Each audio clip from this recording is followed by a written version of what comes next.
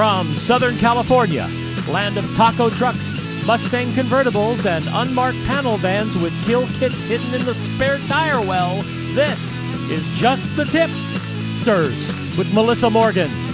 If you have a tip on anything, a mystery in your hometown, a theory on an open case, your mom's weird apricot meringue pie recipe, anything, tell us about it by sending an email to jttipsters@gmail.com. You might just hear Melissa talk about your tip on the podcast. And now, here's your host, striking up warrior pose and taking no prisoners, Melissa Morgan.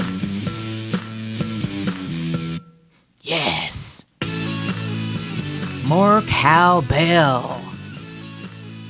And I am going to say, as much as we love tips here at Just the Tipsters, I'm going to ask you to completely disregard anything that producer Mark said about apricot pie, meringue pie recipes, and leave those in your recipe box. And if you send them to me, I will set them on fire. Well, you don't like apricots? I don't like you right now. I don't like you right now at all. Okay. So say hi, producer Mark. Hi, producer Mark. Yeah. I'm going away now. You go far away. You just pipe down in their sunshine. So welcome to Just the Tipsters. I am Melissa Morgan. Sorry, I said it wrong. Just the Tipsters. It's a podcast, America's favorite podcast on true crime and yoga. And this one actually has yoga. A lot of it's true crime, but this one combines true crime and yoga, which two of my favorite things on earth. So before the employee of Lululemon, the Bethesda Maryland store, Brittany Norwood bludgeoned, strangled, and stabbed her co-worker, Jana Murray, to death using 5 at least different instruments around the store, inflicting 331 separate wounds. We really need to take a look at a bigger picture. And this is not my way of giving Brittany Norwood excuses for what she did. What she did was abominable and should never... You're not allowed to take someone else's life. I don't care who you are. You can't do that. So, full disclosure, I've practiced yoga for 19 years in February of this year of 2018.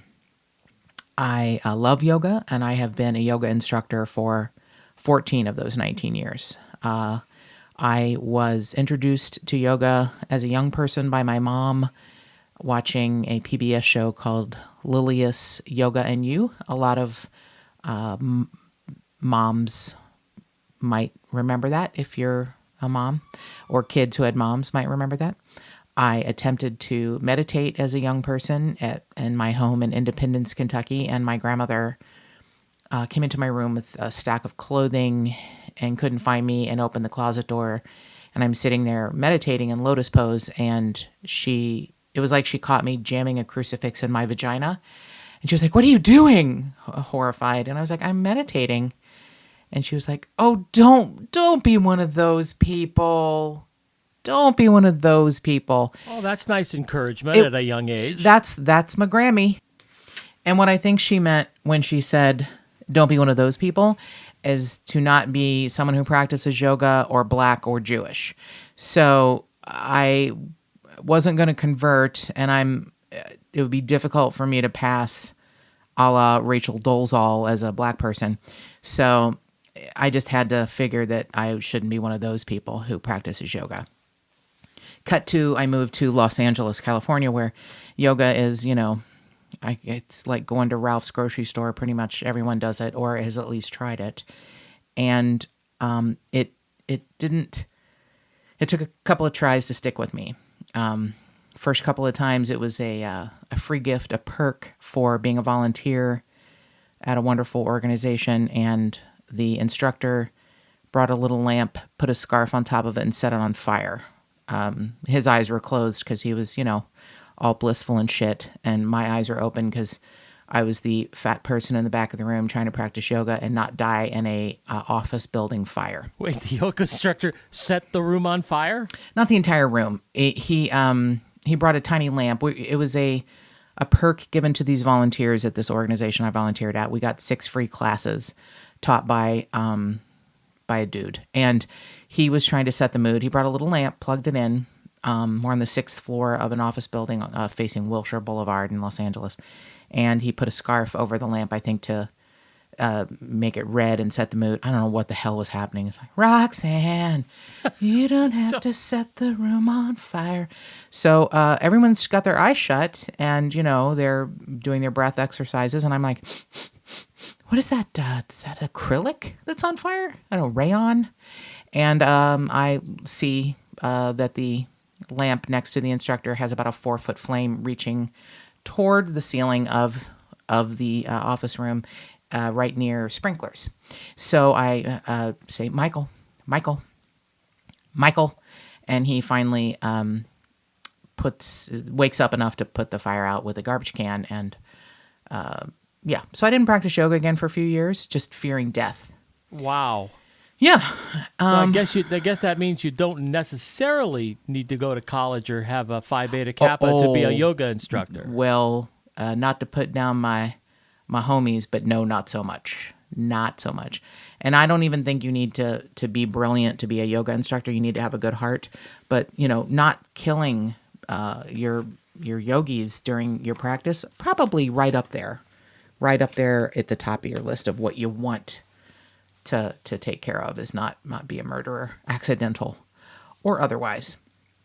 So a few years later, I have the worst sinuses in the universe, and I can't breathe anymore. And I just am searching for something to make my life better, and instead of a medication.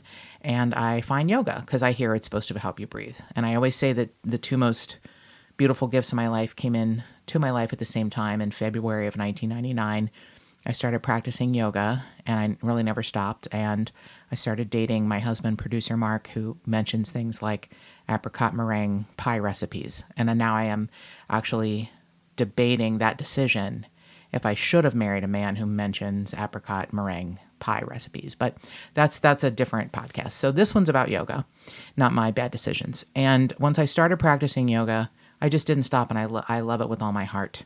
After 5 years of practicing, one of my favorite teachers, Catherine Lincoln, suggested that I assist her at a cancer support center. And I said, sure. And I did that for about 6 months, and it was a beautiful experience. You were teaching people who were clients of the center. You were also teaching their friends and family members, anyone who's a support system for them. And you really had no idea who may be the client unless there was a telltale sign that they were in treatment, like a port in their arm or their chest, or perhaps they had, sufficient hair loss and they needed a scarf or a wig. But it was a really great way to just take everyone as they were. And that was a beautiful gift. And after about 6 months, Catherine said, they're looking to start another class here. And I was like, oh, I'm sure they'll find a teacher because it's such a great organization. And she said, well, no, I told them it's going to be you. I'm like, what the fuck are you talking about, lady? I can't teach yoga. She was like, well, why not?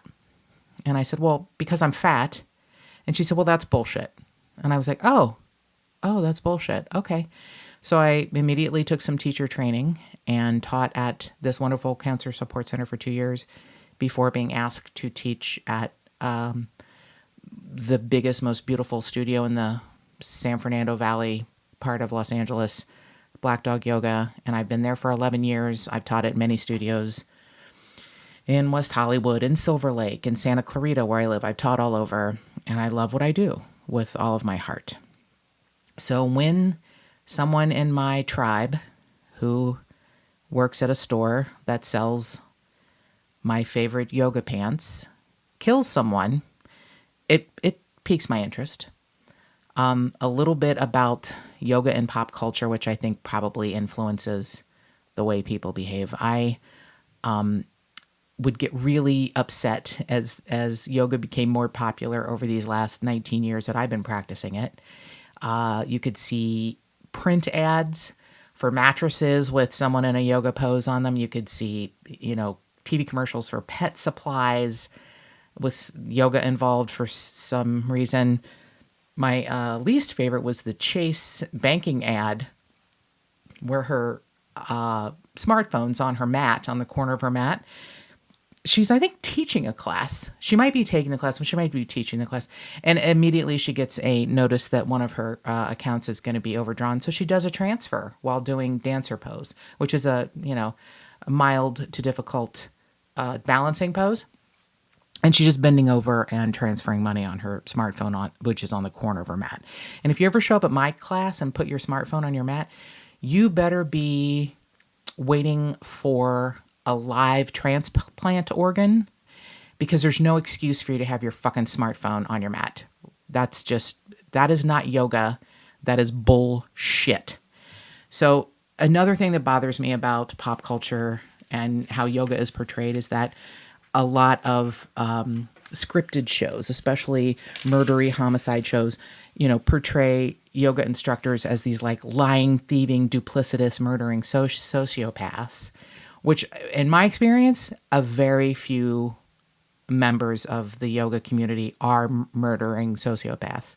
Although the day is young, producer Mark. Never mind. We'll delete that part out. So along comes a entrepreneur who reads the Times, and he starts a company in Canada in the mid-1990s called Lululemon. And he says it's a backlash of women coming into the equality of the 70s and 80s. They needed to back away from all of the stresses that men typically faced in business, and that when they became, power women, it took a toll on them, and they were smoking and taking birth control pills. What? And having 3 martini lunches in an effort to emulate their successful fathers in business. And it caused breast cancer. No, you dumb fuck. He said breast cancer came into prominence in the 1990s. No, you're so full of shit. So he believes that women needed to become feminine and wear cute clothes and stay at home and look pretty because men didn't know how to relate to new women, meaning equal. Okay, Chip.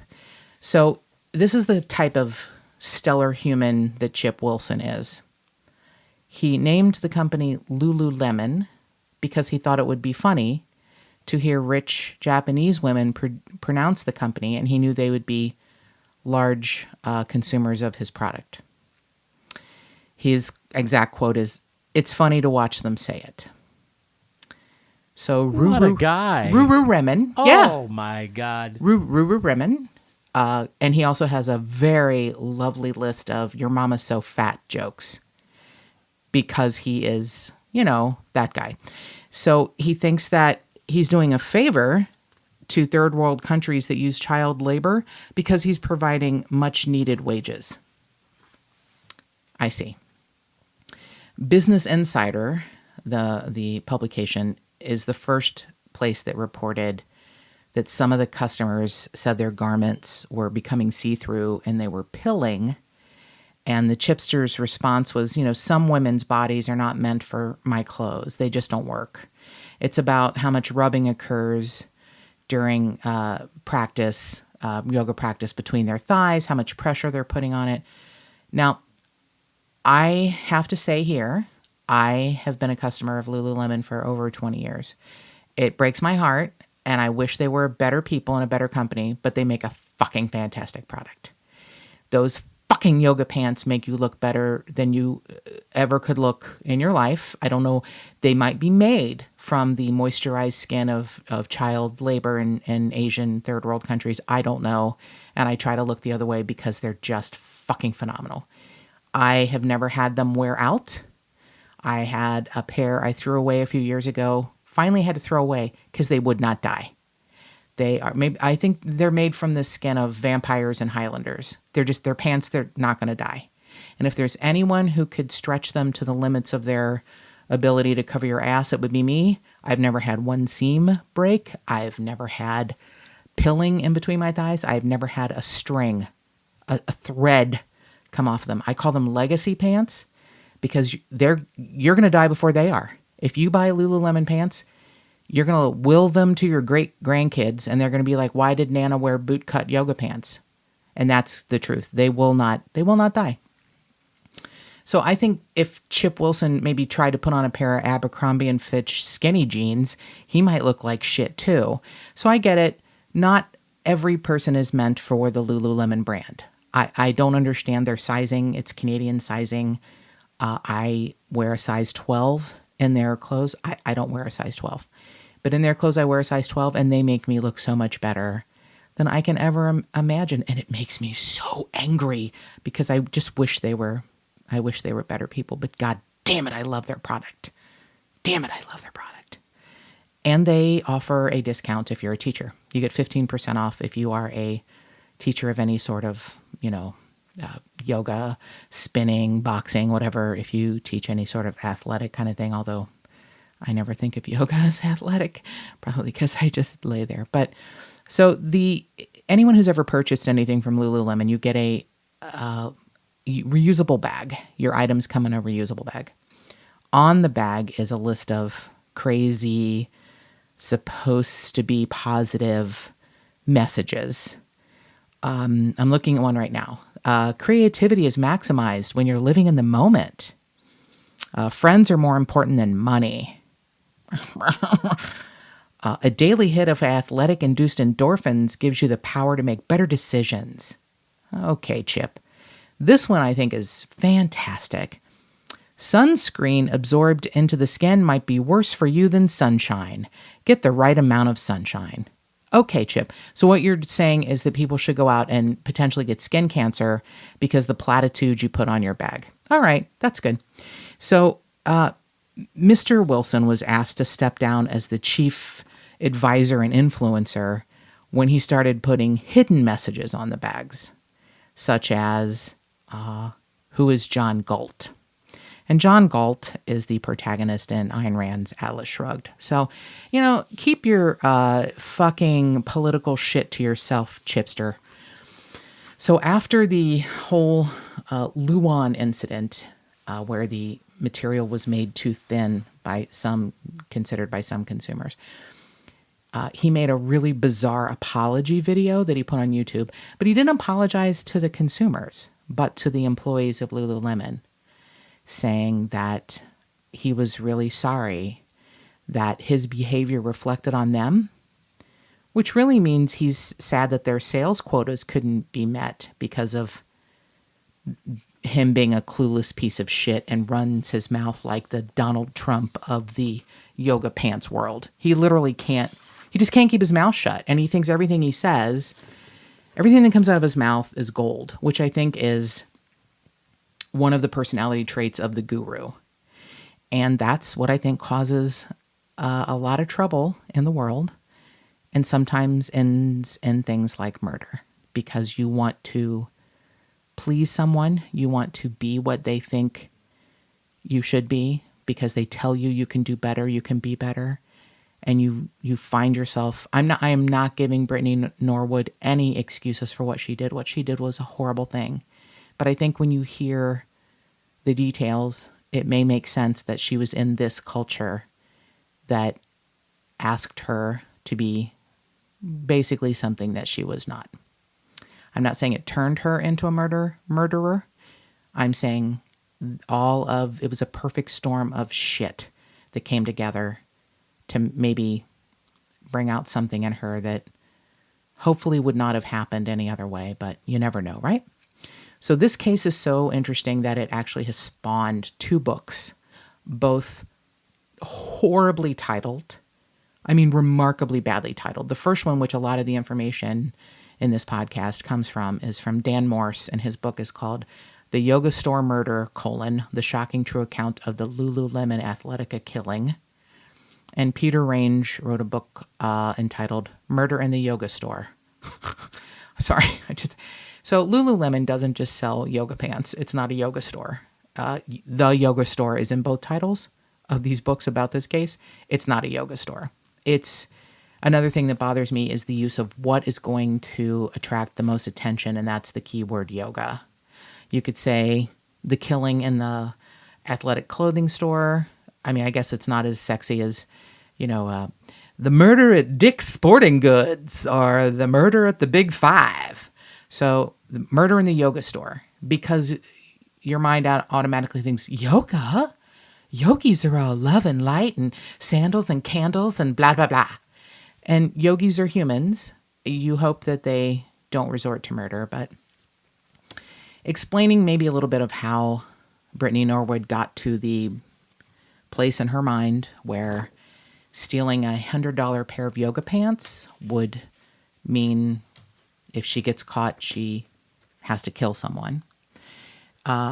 Pretty well explained by a woman named Mary Mann, who wrote an article. She's a writer, actually, and was working at Lululemon to just pay the bills, make the ends meet. And it's on salon.com. And she was working for the Union Square, Manhattan, Lululemon, when the murders happened in Bethesda, Maryland.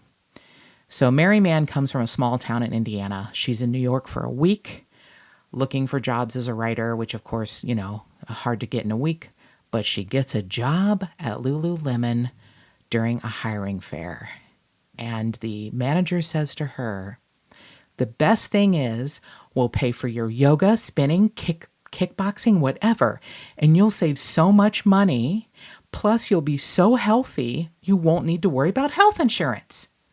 Oh, now that's a good one. That is a good one. To me, it sounds like the beginning of being indoctrinated into a cult. That's excellent. You can listen. You're gonna get so healthy working in our fucking clothing store that you're not gonna ever need health insurance. Yeah. All you have to look out for is don't get hit by a car in New York and break a leg, because you're gonna have to pay for that by yourself. But for the most part, working here is such a healthy environment. You will not need health insurance. Isn't that a great come on? And that's a great business model. It really is. I feel like there might be some lessons here. And people in the HR department, you're going to be so happy and healthy here, working here. Insurance is for sissies. Who needs health insurance? Stop it. So this lovely Mary Mann, hey, who wouldn't want discounts on pricey clothes, free yoga classes, a great location in Union Square? And at this moment, she is crashing on the floor of a childhood friend who was a co-counselor at a camp that she was a counselor at. And his living room floor is covered with an Xbox, a Wii, an electronic putting green, and probably copious amounts of semen. And that's where she has to sleep until she can afford to pay for. All but the last one, that's important stuff. The last one you mentioned, it's an occupational hazard if you live with a single guy. Sorry. Who has an Xbox and a Wii and an open Ashley Madison account or something. Okay, so she begins working at Lululemon, and the training is so intense that it makes her feel like, I'm part of something important and special here, i.e. cult. So these new hires are gathered across Manhattan, and they get together every day for a week before they actually begin working. They do group yoga. They have lectures on willpower, videos from the Chipster, Chip Wilson, saying, set your goals. He requires everyone to read Jim Collins' book, From Good to Great. And the message is, good is the enemy of great. It's a business self-help book. Good is the enemy of great. And why would you want to live a mediocre life? A lot of people just settle for a good life when they could have a great life, according to Jim Collins, if you just read his book and pay money for whatever Chip Wilson thinks you should. So while they are preparing to start working, they get together the night before and have folding classes on you fold long pants in fourths, capris and tanks in thirds, headbands and underwear in half, and you smooth out the wrinkles with the flat of your hand. The night before they actually start work in the store, when the store opens, they all get together for one last hurrah. They have kombucha and gluten-free, dairy-free, joy-free cookies and craft something called a goal sheet. So you list goals for your life for the next 10 years, you sign it, and it's framed and hung on the walls of where you work. Now, that's a pretty big deal. Who knows where they're going to be in 10 years, especially when you're a young person working in retail trying to just fucking get by. And Mary Mann can't write down her first goal is to get the fuck out of retail and work as a writer. So that wouldn't look good, framed and hung and signed, hung on the walls of where she works. So she's, eating a hemp seed cookie and leans over and looks at what someone else is writing and thinks, you know what, I can figure out my goals later. I just need to get by right now. I'm gonna steal a couple of her goals. So she writes down, do yoga teacher training, run a marathon, buy a country house, stuff like that. She just copies what someone else. And that's I think that's the beginning of where you feel forced to write some story and make it huge and not true to you and glittery and whatever it is they think it should be. And you may not know what your goals are. And that may be okay. That's okay. You don't have to write something down that someone tells you to. So the first few days of working at the Lululemon store are overwhelming. It's, a flood of endorphins because you are at a spin class at 6 a.m., a vinyasa flow class at 8 a.m. You go to work. Saturday mornings, there's a run club in the park. Sunday mornings, there's a free yoga class in the store. And the theme is, hey, the team that sweats together stays together. No, not true. I don't want your sweat. You don't want my sweat. That's just stupid. Sweat by yourself and shut the fuck up. Now, the Sunday morning yoga classes, the free yoga classes, I will admit to have been a participant. I was teaching at the studio I've taught the longest at Black Dog Yoga, and one of the employees of Lululemon are not called employees or salespeople. They're called educators because they're educating you on your ass. Your ass looks good in that, Susie. You should buy those pants. Your ass looks good. I'm educating you. And the customers are called guests. So they make it sound very, upscale and classy. So an educator, beautiful young girl, came to my class and said, we would love you to teach one of the free classes on Sunday mornings at the showroom in Studio City. And I was like, why, of course. I was honored, and I'm older, I'm fat, I'm a customer, I love their shit, but I'm like overwhelmed that they would want me to teach a class. I loved it, taught 20 people, it's free to the community. I thought I was doing something good. I thought they were doing something good, offering yoga for free. It's very easy to be lulled into their environment, their culture. And of course, because it's free, you don't think they're going to pay you, and they don't pay you in cash, but they made me take a pair of pants. And I was like, no, I'm fine. No, and they're totally feeding your ego. She's like, you wear a 10, right? I'm like, girl, I haven't wore a size 10 since I was 10. No, I don't wear a 10. So she finds a pair of size 12 pants for me that are exquisite, and I still have them. And I call them my blood pants. I keep them in a separate drawer because they're too beautiful to throw away, but I feel like they have blood on them. Maybe Jana Murray's blood, or the blood of the small Asian children who made them with their tiny little hands, and they made them beautifully. Just the best fucking pants. So that was really my only interaction other than being a customer. But I did teach there, and it was a nice experience when I kept the scales on my eyes. So Mary Mann is working at the Union Station store, and she's not really digging it. She's tired. She's working a lot. She's eating differently than she wants to because they're all on juice fastases. They're all on juice fastases, and she's just trying to get by. And one day, one of the other educators says to the manager, Catherine, can you tell us about your experience at the Landmark Education Workshop? Aha. And so it begins. So Chip Wilson will pay for an educator to take a weekend immersion workshop in something called Landmark Education. Now, here's where I may lose some friends that I hold very dear to my heart because they are graduates of Landmark Education.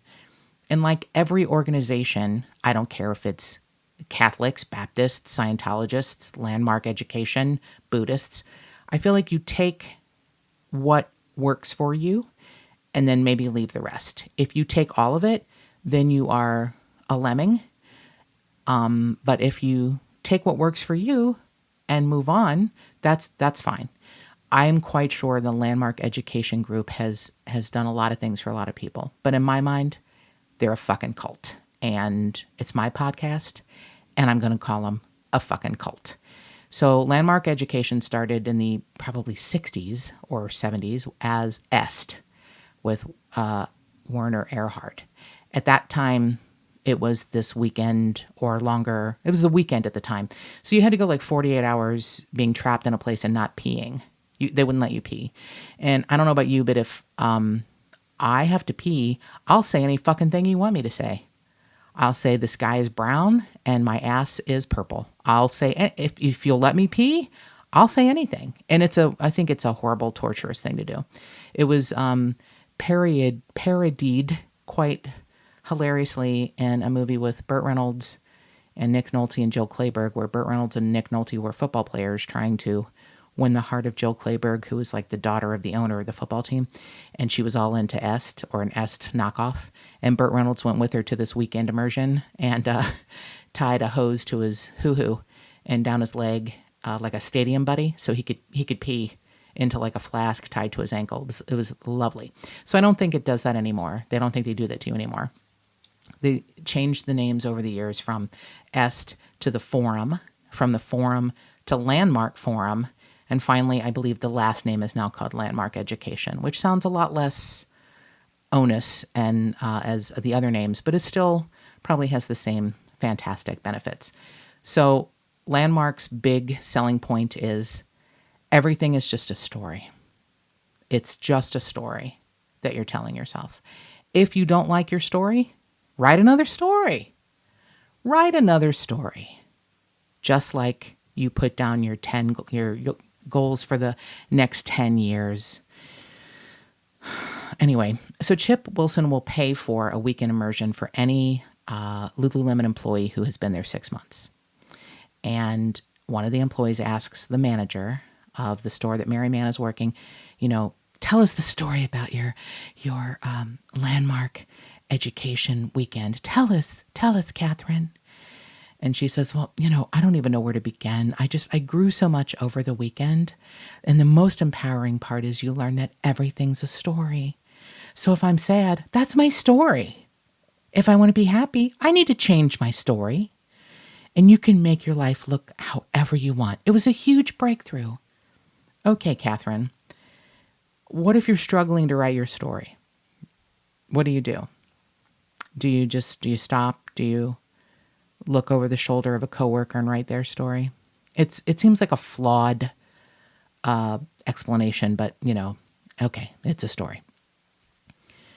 So a few weeks later, Mary is standing in the store with Catherine before it opens, and Catherine is modeling a pair of purple yoga pants and a purple run jacket. And she says to Mary, do you think Ocean would wear this? And Mary's like, well, who's Ocean? And Catherine said, who trained you? Oh my God, Mary. Ocean is our ideal customer. She does yoga every day. She makes $100,000 a year. She dates a triathlete named Mountain. Mary, we all want to be Ocean. That's why we work here. And the only thing Mary can think is, well, Ocean ain't going to make $100,000 working in retail, so fuck you, Catherine. And she didn't say that out loud, which is probably a good thing. So, is that why you refer to me as foothills? I'm starting to get a little upset now. That is a discussion for another time. You keep that to yourself. That's private between me and you, Foothills. So stop it. So Mary becomes exhausted. She's trying to write at night, send out resumes. She's working her ass off, literally. And she loses a little of her zip. So a few months in, she's, tired of trying to sell, yoga pants to skeletal wives of, investment bankers. And she just is, her folding's getting sloppy. And she's like, yeah, you know what? Your butt looks great in those pants, cunt. Just buy them. Just Pull out the fucking black Amex and buy the goddamn $100 yoga pants. Christ on a crutch. Sorry, I added that part, but I think that was what was in Mary's head. So a few months in, Catherine takes her aside and says, you know what? Your attitude is not as positive and energetic as it was when you started. Cult. Coming to work should feel like a party. Cult. So Mary is afraid of losing her job because she is now actually living in an apartment with 17 other people in one room, but it doesn't have semen on the floor as far as she knows.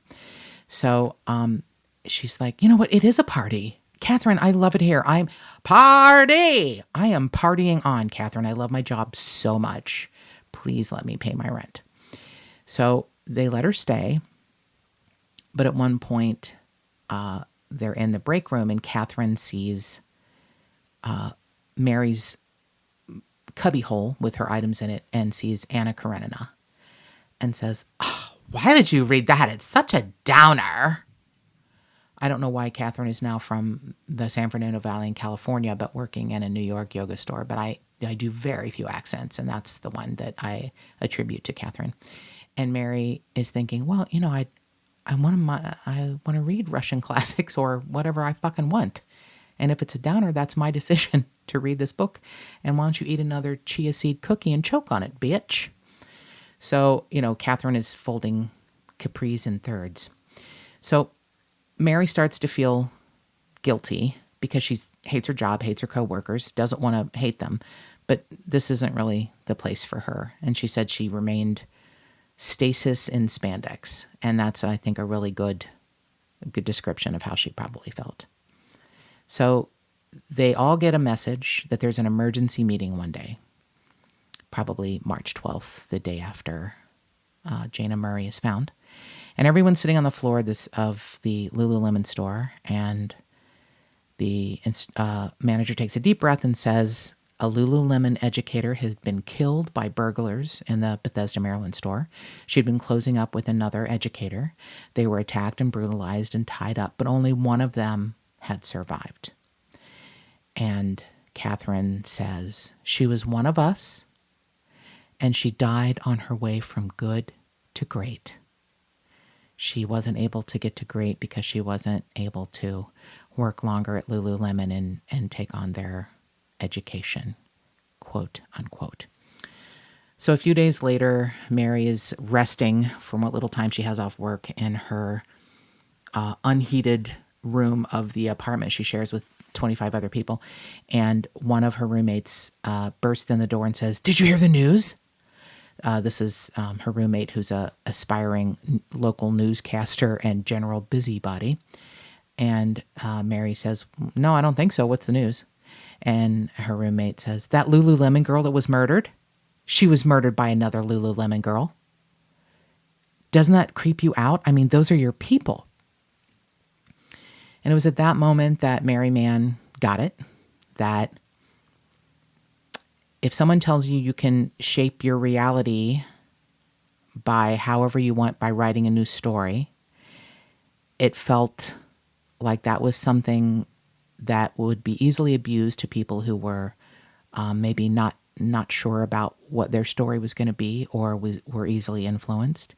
She thought it was dangerous and probably not helpful to all of the type A coworkers she had who exercised compulsively, ate very little, and worked their asses off.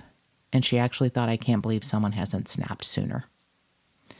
So she quit when they said, you've been here 6 months. That was like a stab to her heart, and she started to cry.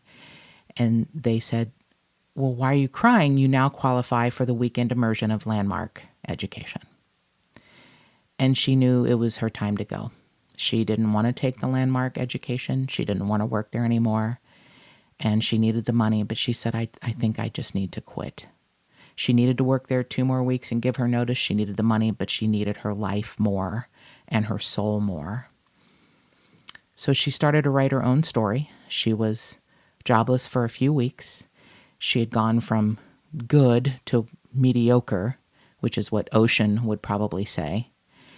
And she got a job as a copywriter. And she didn't make a lot of money, but she loved it. It wasn't perfect, but it was honest, and it was her story. And she probably wasn't going to kill anyone. I mean, again, the day is young. So, March 11th, 2011, Brittany Norwood savagely beat, strangled, and stabbed Jana Murray to death. They were co-workers at the Bethesda Maryland store. They had closed up for the night. Brittany Norwood had told Jana Murray she had left her wallet in the store. They went back in, and what is surmised is that Jana Murray found out that Brittany Norwood had a $100 pair of yoga pants in her bag she was stealing. And while I don't think murder is constituted, I get it, girl. I'm not a thief, but those fucking pants, man, I getcha. You know, I wouldn't probably kill, probably. No, I wouldn't. But, you know, I think under that pressure, I know. Anyway, I'm not giving her an excuse. I'm not giving her an excuse, I promise. Jana Murray called the manager of the store and left a voicemail saying, "We got the bitch."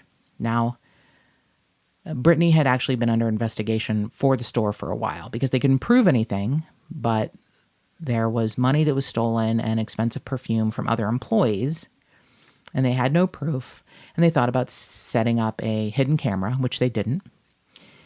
But Jana Murray caught her with this pair of pants in her bag. And her life wasn't going to go from good to great. It was going to go from bad to badder. And her attorney, after 6 days after the attack, called it a mutual affray. 6 days after the attack, she's finally arrested. It's not a mutual affray, attorney Wood. It is Brittany Norwood being the affrayist.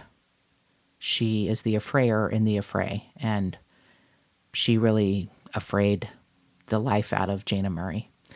So it takes 6 days before good old-fashioned detective work proves that there's enough to arrest Brittany Norwood, who, this is the mindset of a 29-year-old girl who kills her 30-year-old coworker. Both beautiful, intelligent women, apparently on different paths. Brittany cuts the crotches out of both of their pants, saying that they had been sexually assaulted. She has inflicted 331 wounds onto Jana Murray using items from all around the store. Merchandise pegs, merchandise stands, a hammer, a rope, and eventually what killed her were knives. That was the final thing. She had attempted to escape several times, not making it. Jana Murray had 107 defensive wounds on her, which only happen when you're alive. You don't defend yourself when you're already dead. So it took a long time to kill her. And she did it over a series of a long time. She spent up to 10 hours in the store, either during the killing or after, because she... an amazing amount of work. Like, she should get the Oscar for Best Murderer scene. She bound her own hands and feet, cut the crotches out of their pants, cut a few places on herself, and laid on the floor of the bathroom at the Lululemon store for, 8 to 10 hours until they are found the next morning when the manager comes in. Now, employees at the Apple store next to the Lululemon store heard screaming, 2 women fighting, and one woman saying, "Please help me. Oh God, please help me." So I guess if you're an Apple genius working in an Apple store, you just turn up your iPod? I don't understand. So many things could have stopped this. So many things could have stopped this, and it was not stopped.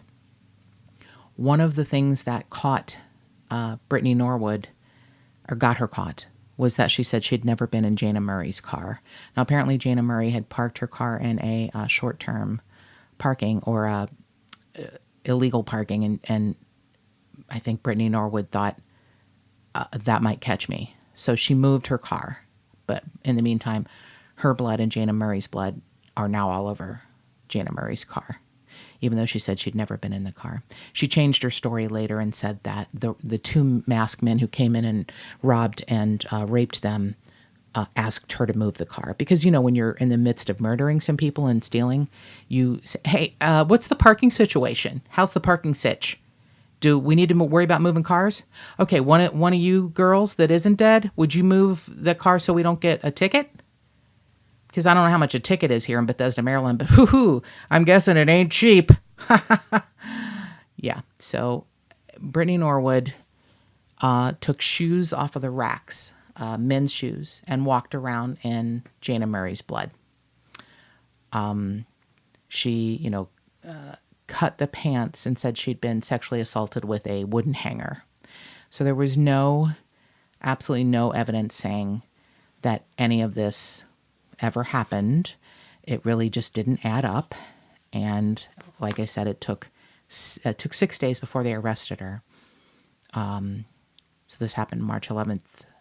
She was found March 12th in the morning. March 18th, she's arrested. And by May, she's indicted for first-degree murder. But they will not ask for the death penalty because it didn't qualify because she didn't bring a weapon to the scene. So they do ask for first-degree murder with life with no parole. And her attorneys say, this is a series of inept missteps. She was traumatized. This is not the work of a cunning murderer. She didn't mean to do this. It was a fight that went really wrong. And you know what, Counselor Wood? That's not good enough. So Judge Robert Greenberg declares on January 12th of 2012, when she's sentenced to life without parole, "You're one hell of a liar, ma'am." And that is the most heartbreaking of all, because those lies were what Brittany Norwood came up with to rewrite her story. And I bet when she was writing out her goals for the next 10 years, while being a Lululemon educator, nowhere on her goal list was to murder a coworker for $100 pair of yoga pants. So when someone tells you they have the tools to help you write your story, you can use those. But I hope what you will do is write your story from your heart and make it truly, authentically, sincerely your story. And more cowbell. And remember, if you've got a story to tell, send us an email to jttipsters@gmail.com.